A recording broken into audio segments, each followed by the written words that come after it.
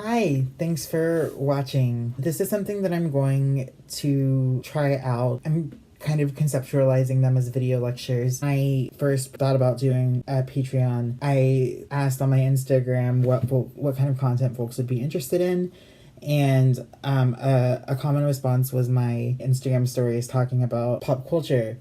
So luckily, I was inspired by Netflix's The Chilling Adventures of Sabrina, talking about the ways that anti-Blackness is deployed under neoliberal diversity. And in many ways, neoliberal diversity is a cover for anti-Blackness, inherently, right? So I'm calling this talk The Chilling Anti-Blackness of Neoliberal Diversity, and Netflix's The Chilling Adventures of Sabrina. So first, I kind of want to set up some frameworks. First, this framework that was like super helpful for me in thinking critically about media and how to consume it. And it's Mary Beltran's The Meaningful Diversity, Exploring Questions of Equitable Representation on Diverse Ensemble Cast Shows. So the first question, are the characters of color fully realized individuals? And on the actual blog post, she unpacks these questions a little bit more, but I'm just going to introduce them and move on. 2, do the writers and producers appear knowledgeable about and interested in the worlds and perspectives of the non-white characters? Does the diversity of the cast appear natural? And do the series or film producers exploit the natural diversity of a story's setting or subject matter? So these are kind of the questions that led me to think about the ways that what I'm calling neoliberal diversity functions, and specifically in Sabrina, but that I wanted to talk about it because it's something that I've seen across a lot of shows. So neoliberal diversity, I'm defining as the incorporation of diverse characters of color to represent post-racial fantasies of diversity and inclusion in the universe of the show. Characters of color have little to no racial identification or inner life. And what I mean by that is racial inner life. So like internal connection to the way that they are racialized externally, and how that racialization informs their personality, because it inherently does for people of color and for white people, and surrounds themselves, befriends, dates, etc., predominantly other white characters. And these are people that I'm calling white characters played by actors of color. So this is a phenomenon. The industry understands at this point that they can no longer just make shows about white people, that there are higher standards now. They won't get away with it. Like, they're not actually concerned about like making good content or like doing good in the world necessarily. They're concerned with like ratings, and they know that an all-white cast is no longer going to get them ratings. So they're trying to fix that. And they do that by what I can only assume comes from an idea of colorblind casting or a post-racial fantasy, where it's meant to solidify in the universe of the show that this is a universe where racism no longer exists, that it's quite literally a thing of the past. So then implicitly, racism and race have no impact on the way that the show plays out. So it's essentially meant to obscure the racism of the show that is inevitably there under this kind of framework. The white characters played by actors of color. So network's response to this demand really for just literal diversity is to write characters. If the characters are even written as having a race, like that racialization doesn't inform their inner lives, like even if they might have family members, or there's like a real disconnect from a sort of racial or ethnic cultural identity, except maybe for like a special episode or something, right? But frequently these characters don't. They just happen to be a character of color, and then like that's all. They move on with their lives. And how this ultimately plays out is frequently for the means of anti-Blackness. Specifically, I think Sabrina really highlights this for reasons that I'll go into in a moment, but I wanted to also define what I mean by anti-Blackness, or just to put a pin on it. Also, I put chilling anti-Blackness because it's a fun and quirky title, but actually I don't want to exceptionalize this, because this is really like everyday, blatant, mundane anti-Blackness. So this is anti-Blackness that should be chilling, but is so frequently just accepted and assumed to be normal. And obviously this is like an introduction that it plays out in many more ways. But the incorporation of black characters as secondarily but importantly and intimately tied to white main characters with no context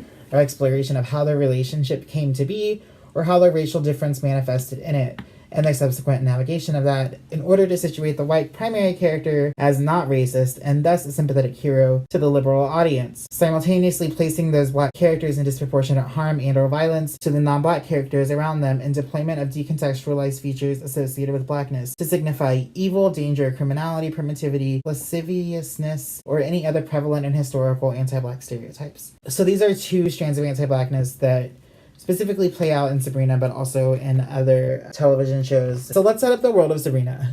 We're gonna go through the main characters and just count how many of them are white and how many of them are characters of color. And main characters is kind of defined loosely here. I include some characters who might be relatively minor, but actually like play important roles or because of their position to the point of how this neoliberal diversity plays out. So I'm gonna go through the white characters first, and then we'll go through the characters of color. First, we have the titular character Sabrina. We have her love interest, this like Midwestern farm boy Harvey. Her aunts that are raising her, Zelda and Hilda.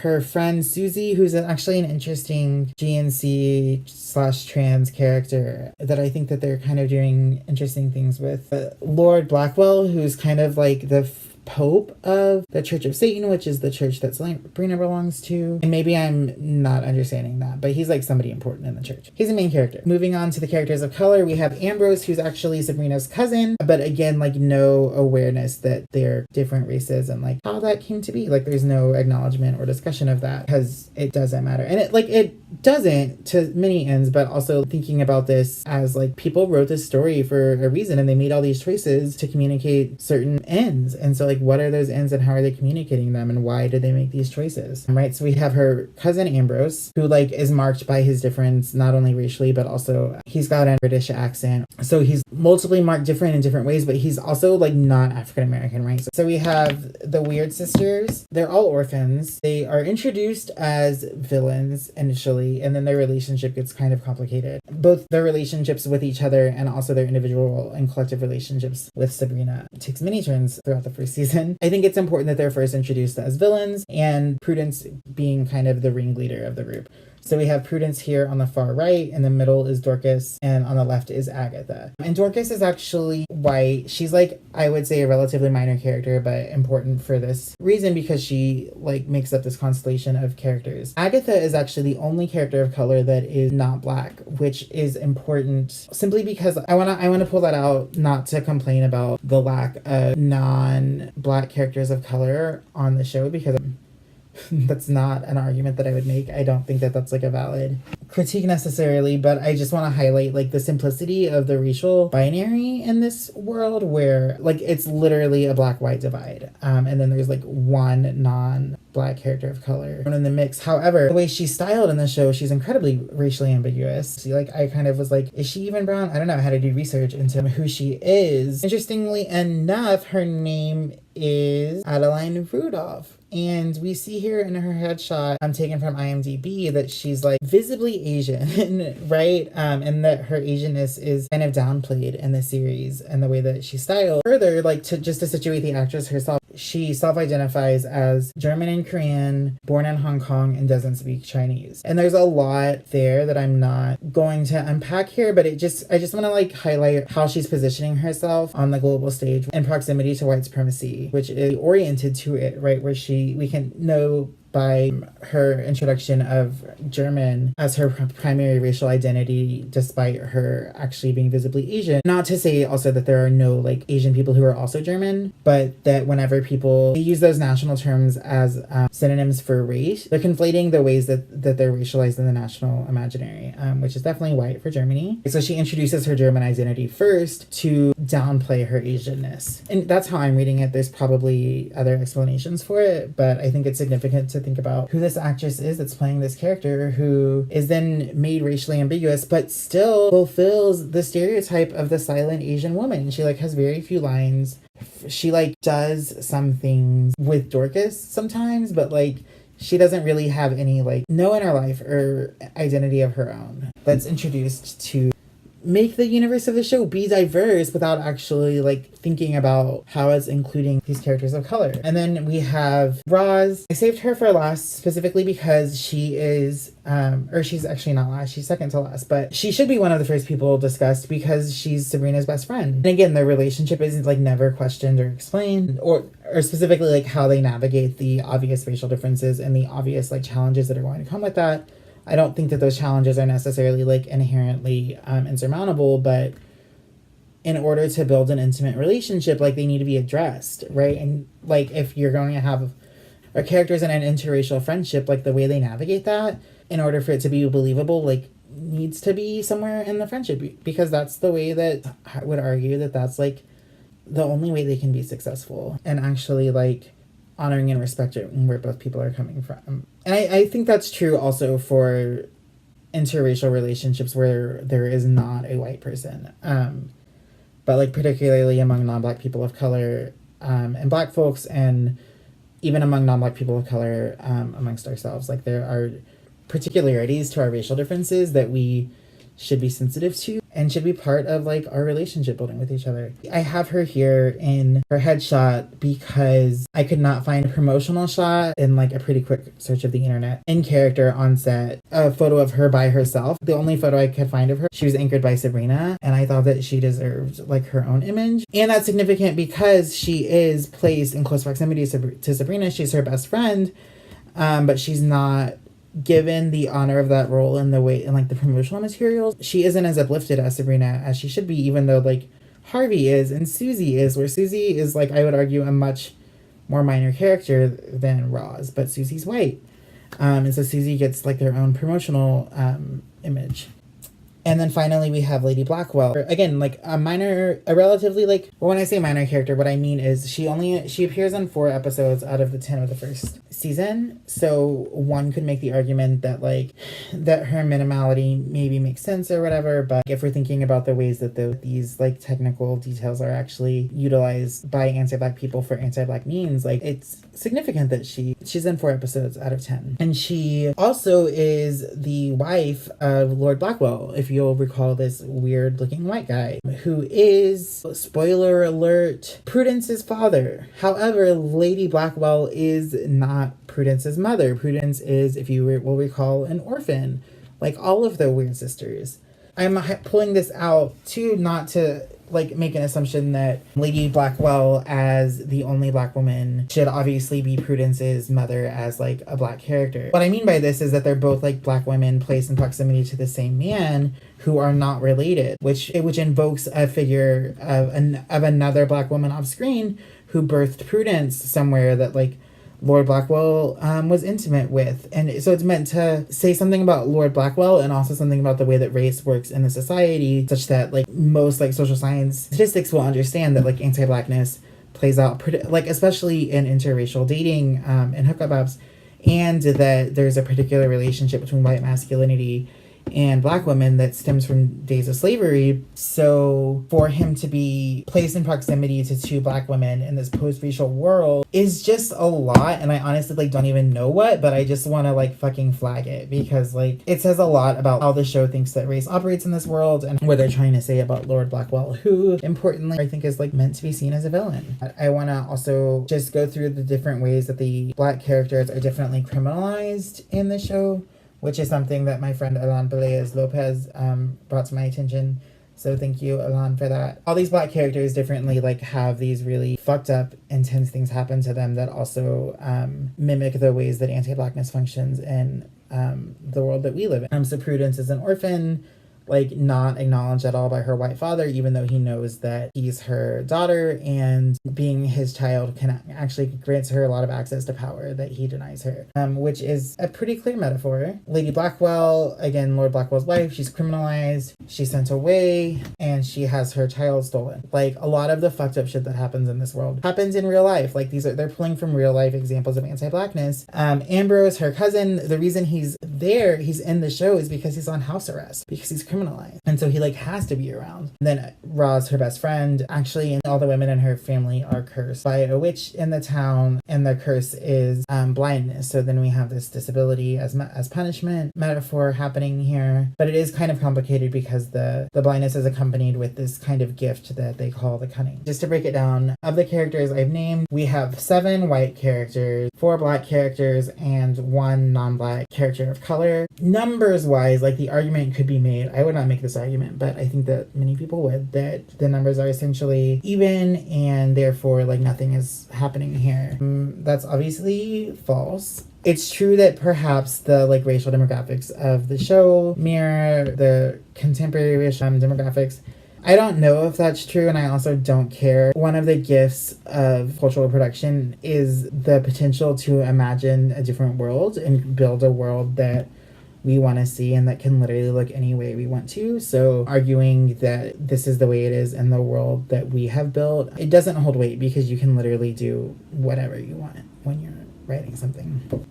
Life hack. Let's get into the actual show, like where what I want to pull out happens. So we have chapter 5, Dreams in a Witch's House. So it's like right in the middle of the season, and the story is that Sabrina is given, it's called the Acheron object that she has to solve. It's kind of like a magic Rubik's Cube. It's a trick, surprise, by a man, surprise. And she ends up accidentally unleashing the sleep demon that goes around and torments all the characters that live in her house. The demon is actually named Batty Bat, that according to Wikipedia. Batty Bat is, quote, a vengeful demon found in Ilocano, which is an indigenous Filipino group, from what I gathered, epistemology. So in indigenous Filipino epistemology is where this word comes from. And the understanding of Batty Bat in these epistemologies functions similarly to how it functions in the show. She's a sleep demon. And in Ilocano epistemologies, she's like a naked fat woman.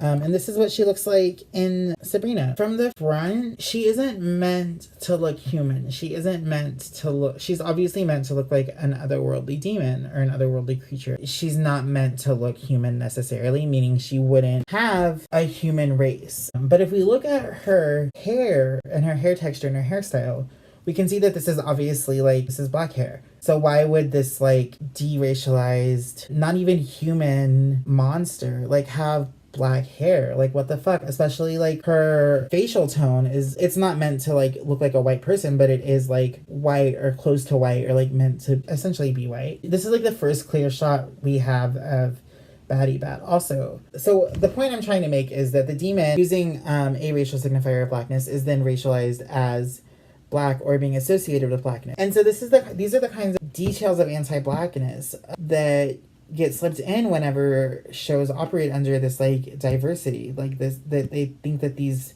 signifiers are neutralized because we have not only is our show mostly even, meaning mostly even between white characters and characters of color, and then even our characters of color are mostly black, so we can't possibly be anti-black. The writers of the show can't have an analysis that's anti-black. They can't have an anti-blackness that's informing the ways that they think about these characters, the way they write them. My point is, their argument falls through, and it obscures the ways that anti-blackness actually plays out in these shows. So this is the actress that plays Batty Bat. Her name is Megan Liked. Obviously a very white person. This is her headshot from IMDb. So this is the woman that plays Batty Bat. Again, why, with this white ass woman, why does she have to be styled like this? Again, the argument could be made that she's a character actress. She can transform herself, sure. But why does she have to transform herself from this to this demon that deploys anti-black stereotypes to mark her as evil? And to top it all off, let's just to put a pin in it, let's talk about the ways that this plays out in even the dreams that Batty Bat infuses in the character's mind. So first we have Sabrina, who her nightmare is that her mortal Midwestern boyfriend proposes to her, and then she reveals to him that she's a witch, and he turns on her, and an angry mob chases her down. Which is admittedly scary, but she, in the dream itself, is mostly fine. Physically, she's locked in some suit of armor where she can't move, and she can see the mob right outside, but she's physically okay. It's a lot of psychological terror, but physically she's fine, even though it's a dream. And then we have her aunt Hilda, whose nightmare is that she gets sewn to her sister that she hates. So again, disability is invoked as a metaphor, as a punishment. And her nightmare is that she has to be in close proximity to her sister that she hates because her sister's fucking mean to her and awful to her. Which leads us to Zelda's nightmare is that she kills her sister Hilda in a fit of rage and jealousy. It's referenced earlier on that she does this kind of a lot, and all she does is bury Hilda in this magic soil, and Hilda resurrects.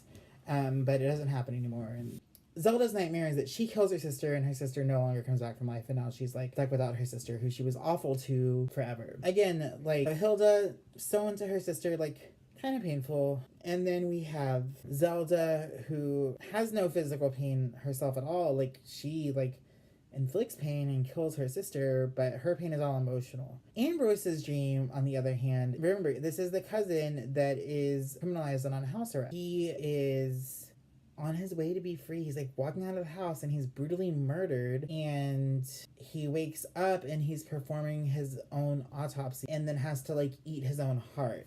And it's like incredibly fucking, it's explicit, it's intense, it's violent, it's visceral, it's physical.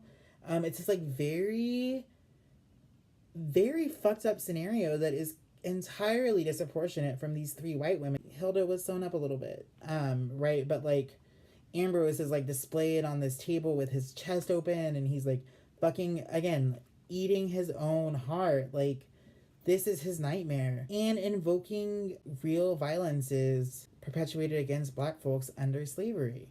And reintroduced here in this post-racial fantasy world of neoliberal diversity. To put a pin on it, these shows employ neoliberal diversity frequently, ultimately, in ways that uphold anti-Blackness. And it's fucked up, and it's something that we should be aware of and be critical of and call out and demand more and demand better, because like this is literally like an opportunity to interrupt these cycles of anti-Blackness, and folks need to take them, and we need to be imagining worlds without anti-Blackness, and we also need to be enacting them, and we need to be demanding that of those around us, including the content creators that we consume. Yeah, thank you very much for watching, and I hope you enjoyed.